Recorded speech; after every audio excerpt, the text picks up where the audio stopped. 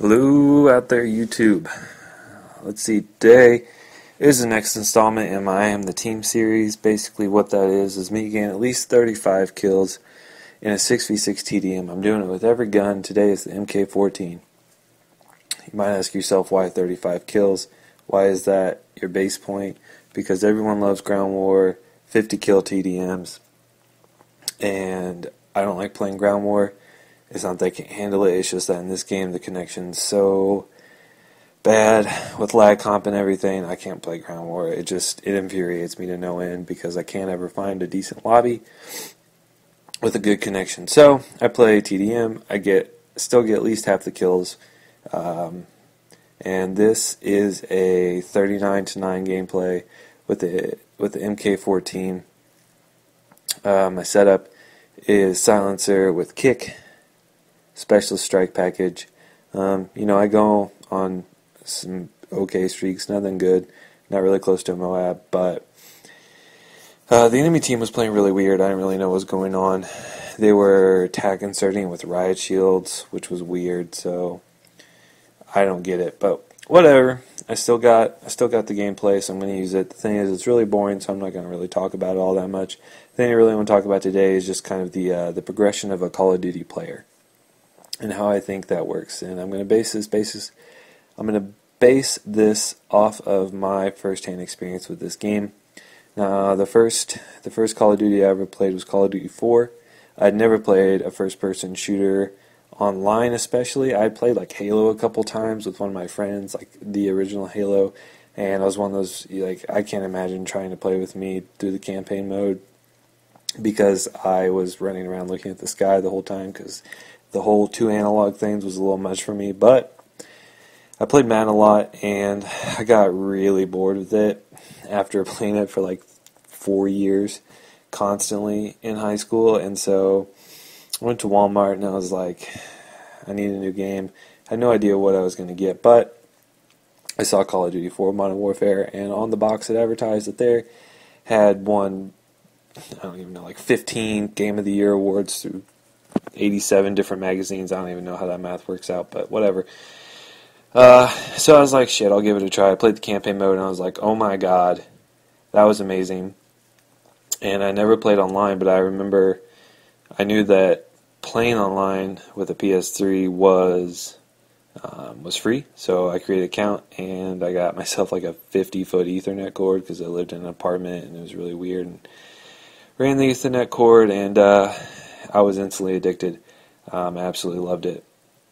Still love it to this day. Now, the thing is I was an idiot. I had no idea what was going on. I figured you just kill people, and that was cool. There's a lot of action. Getting a helicopter for me was probably the coolest thing I've ever done in my life. And I think that's kind of the same way with a lot of new Call of Duty players. Obviously, each year they keep selling more and more games, and since you're selling more games, that means there's people buying it who has never played, or has at least never bought Call of Duty before, which means they might have never played Call of Duty before, or at least not extensively. And so what you end up doing is you have complete noobs. And noobs are kind of fun to play against and kind of not, because easy kills, they do really weird, they do really stupid stuff, but they also use really weird class setups that you don't understand. And the thing is, whenever you get good, and you can kind of start to predict the way people play based off of, how the game is quote-unquote supposed to be played. The thing about noobs is they don't know that, and so they might do something completely random, and you have no idea why they're in that corner camping, which brings me to camping. At first I ran around, and then I was like, I have no idea what's going on. But I just ran around and tried to kill people. And then that's when I discovered stats. That's when I discovered what a KD was, your kill-death ratio. And that's really, honestly, what changed my whole perspective, because you kind of had something to play for. Like when you're like, oh, I can play for win-loss, I can play for, KD, whatever it is you play for, and the first stat that really stuck out in my mind was kill-death ratio, because this game is based off killing people. It's a first-person shooter. You shoot at other people. You kill other people. So I figured that was the basis of how good people were. And so I started to develop this mentality because my skills on the sticks were not that good. I couldn't kill people all that quickly, but I knew that if I waited for just people to walk by me, that it would be easy kills. And so that's when I started to camp. And my play style on Call of Duty 4 stayed that way for a couple months. And yeah, I just got killed with a riot shield, no big deal. Anyway, and that's whenever I started playing Domination. Once I switched to Domination, there's a lot of parties in Domination, and I started going against these parties who would destroy me, destroy our team, and I was just baffled that they could play so aggressive and still do so well. And so whenever I came against these parties, I started playing as aggressively as I possibly could, because I was like, I'm not just going to take this shit. I'm not going to take this ramrod up the butt and accept the loss. I'm going to charge right at them, because that was my mentality. I'm a competitive person. And here in the gameplay, just real quick, this is where shit gets weird. You have like 3 guys attacking Surgeon on this bridge. So basically the rest of the gameplay is going to be me just like chucking C4s at people and waiting for them to respawn. And it's really boring. Anyway, back to the topic. So, yeah, so Domination, started playing really aggressively. And that's whenever your gun skill gets good. So, I mean, if you're a new player to Call of Duty, I would advise you, don't be reckless to where you run around the middle of the map. You still have to be smart, and that'll take time to realize the routes that you need to run, which takes me to my YouTube adventure. Now, my YouTube adventure started kind of in Modern Warfare 2. Like I said, I was still playing aggressively. Like I said, I still based how good I was off of kill-death ratio. And in Call of Duty 4, when I very first started, it was like a 0.6. When I first started, it was awful. And then by the end of it, I was like a 1.5-ish player. I still got good games, but I don't know, it's kind of hard to explain. I was still really aggressive.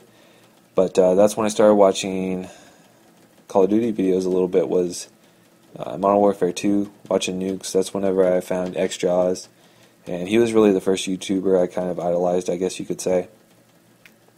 And, I really want to go for nukes. I really enjoyed going for nukes. I liked the nuke kill streak. I'll probably go over like nuke versus Moab in later commentary, but so I started going for nukes. Once you figure out how to get them, I set a goal for myself. I want to get 10 nukes. And once I started getting like back-to-back games with nukes and stuff like that, I was like, man, this is kind of boring. So I just started going for high kill games. Started becoming pretty good at the game, and then I got into Black Ops. And Black Ops was really a rusher's paradise because of the fast health regeneration and the fact that it actually took a decent amount of time to kill someone. You really had to have good accuracy to take someone out, because the guns actually had recoil. Even the FAMAS, it killed fast. But so did the Galil, so did the AUG. A lot of guns killed really quickly, fairly quickly, but you still need that accuracy. And I started watching a lot of Call of Duty videos, and I was subbed. I'm still subbed to like probably 50 channels or so. And that's when I really started to become good. Black Ops was the first game that I had a 2 KD. And it was also the first game that I switched from PS3 to Xbox. I was kind of nervous because I heard a lot of my friends telling me that Xbox was much, much harder, and that's not really true. Honestly, I don't want to do a console war. Both consoles are good for whatever their strong attributes are. But, the big thing for me was just the controller. I played on a PS2 and a PS3. I knew the analog sticks. I played on a 7, got to an Xbox, and it was like a whole new world. I couldn't move. I couldn't aim very well. So, but I still maintained my like 2-something KD. Started watching more and more videos get good, and so you're starting to see this now where the YouTube standards is so high. People go for ridiculous stuff, and people still play for stats. To a degree, I still play not for stats, as in like I rage quit to preserve my stats, but you know, I still play, and you know, I see 3KD players, and I never back out of a lobby whenever I see a bunch of 3KD players, because I know that it might just mean they just can't. So this has been kind of a weird commentary. Just trying to wrap it up real quickly. You start off, you don't know what you're doing, you just run around like an idiot, you do weird stuff. Then you start to notice stats, so you start camping, and then you start noticing different things, you become good. See you next video.